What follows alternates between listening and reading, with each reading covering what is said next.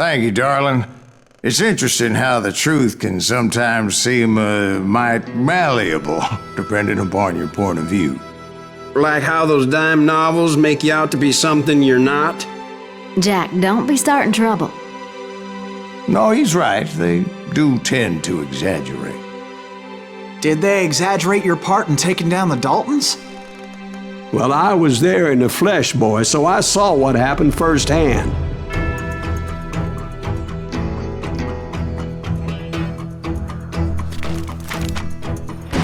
Those Daltons were lawmen once, before they all went bad, robbing banks and trains clear across the territory. Until Coffeyville, of course. I was one of the citizens who took up arms that day. Fighting on the side of the right? I did my best, sir. We all did.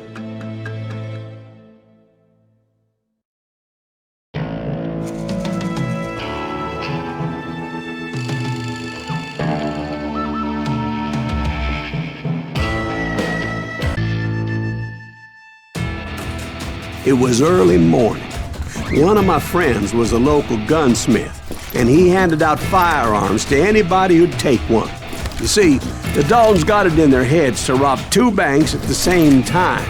2 banks on the same damn street.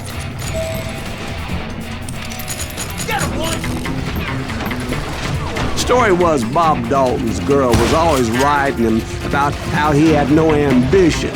Oh, you're nobody next to Jesse James, she'd say. Finally, the bastard took his brothers to Coffeyville just to shut her up. Well, the locals recognized the Daltons right off. Before they could get away, half the town took up arms to defend their property. Their first mistake was pulling a job in their own damn hometown. The boys grew up in Coffeyville, so everybody knew them. The bank teller tricked them, telling them the time lock on the safe wouldn't open till 9:30.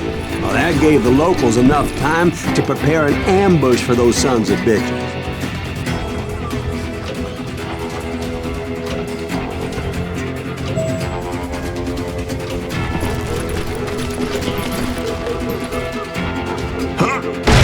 He got us a hero. What's the balls in him?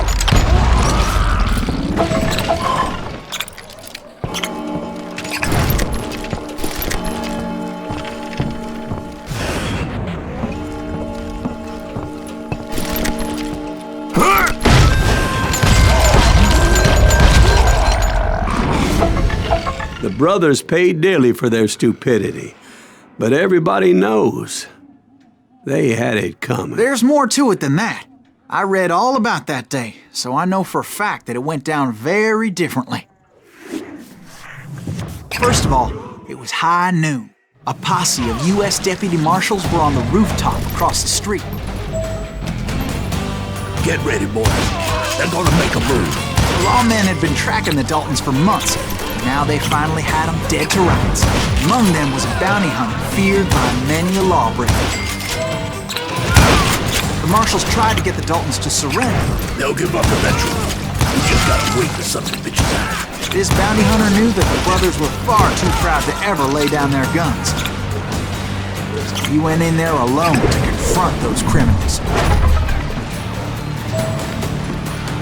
One of the marshals shouted, "Where are you going? Are you crazy?" Hey, where do you think you're going, dumbass? That rifle's mine. But he paid him no mind. He saw a way to get around to the back of the bank. Then he figured out how to hit the Daltons from a direction they weren't expecting.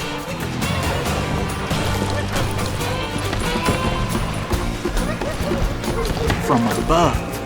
Fortunately, a water tower was right there. A moment later, he was climbing up a steep ladder, laughing at danger as he did. It was brave men like him who risked their lives to tame this wild country.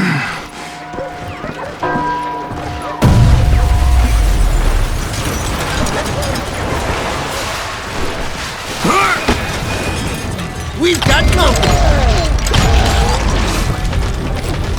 Heroic men like him, who did what other men couldn't or wouldn't to make this country free.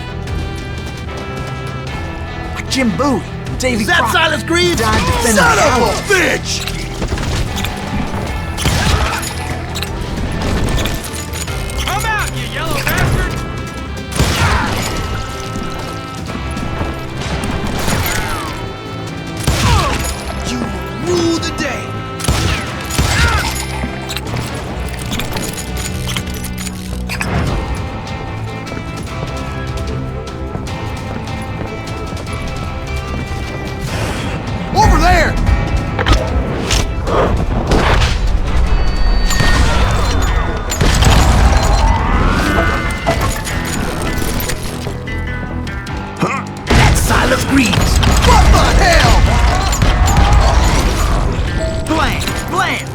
came away victorious, taking down those thieving Daltons.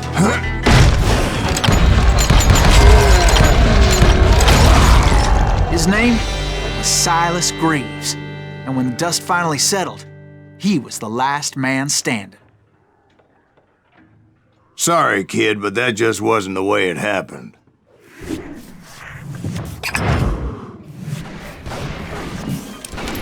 It was early evening, not high noon.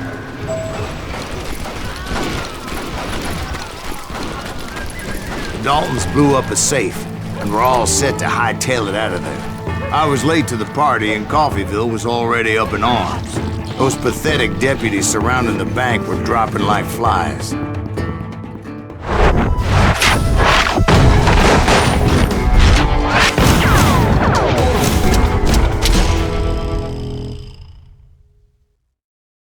I had been tracking those jokers for months, waiting for them to do something reckless. And finally, they did. Those stupid bastards decided to rob 2 banks at the same time in the same town where everybody knew them. They still had friends in Coffeyville. What are you gonna do? You gonna need a camera.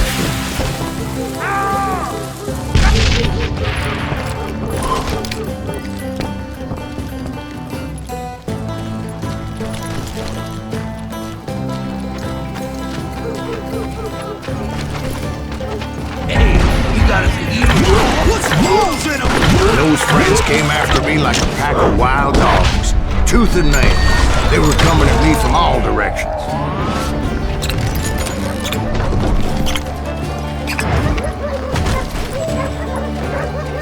I caught sight of the Daltons running with the money and didn't want to lose it. The problem was, they knew the town better than I did. And to top it off, I found myself in the middle of another shootout entirely. Did the Daltons hole up in somebody's house? No, it was the Smiths, I believe. They were cousins of the Daltons, and they were shooting at the Browns, who were shooting at the Daltons, which wasn't any surprise, as those 2 families have been feuding forever. And since the Joneses are related to the Browns, they shot at the Smiths, pissing off the Heimhoffers, whose daughter recently married the Smith. Well, bullets were flying every which way as all the old feuds in Kansas caught fire all at once. There was a hell of a lot of pissed off people in Coffeyville that day. But that's just the way life is sometimes. Shit happens.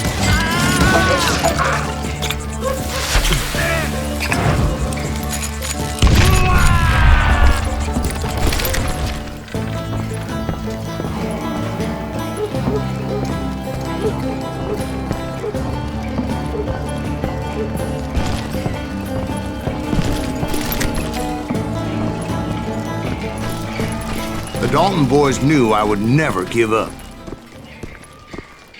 Those Daltons weren't the sharpest knives in the drawer, but they always stood together. They set a trap to slow me down and allow at least 2 of them to escape. The 3rd brother stayed behind to plant me, just in case that trap of theirs didn't work.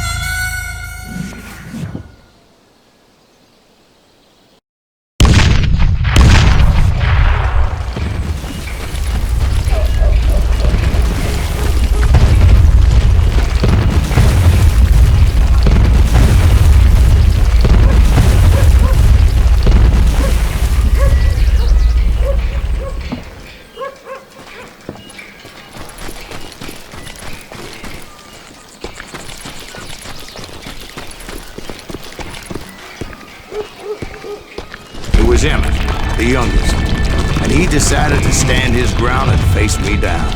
I ain't afraid of you, Silas Greaves. This is where it ends for you. He was determined to protect his brothers. I understood how he felt. Taking me on all by his lonesome wasn't exactly a recipe for a long life.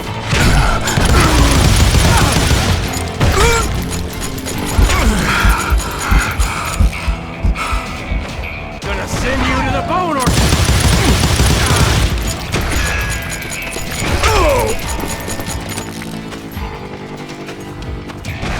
You messed with the wrong damn dog.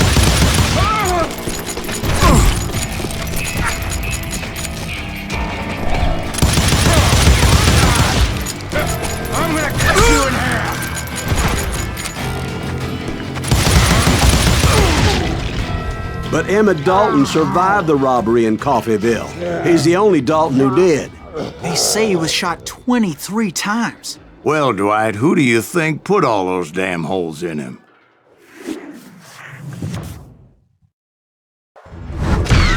But I have to admit, that boy had grit.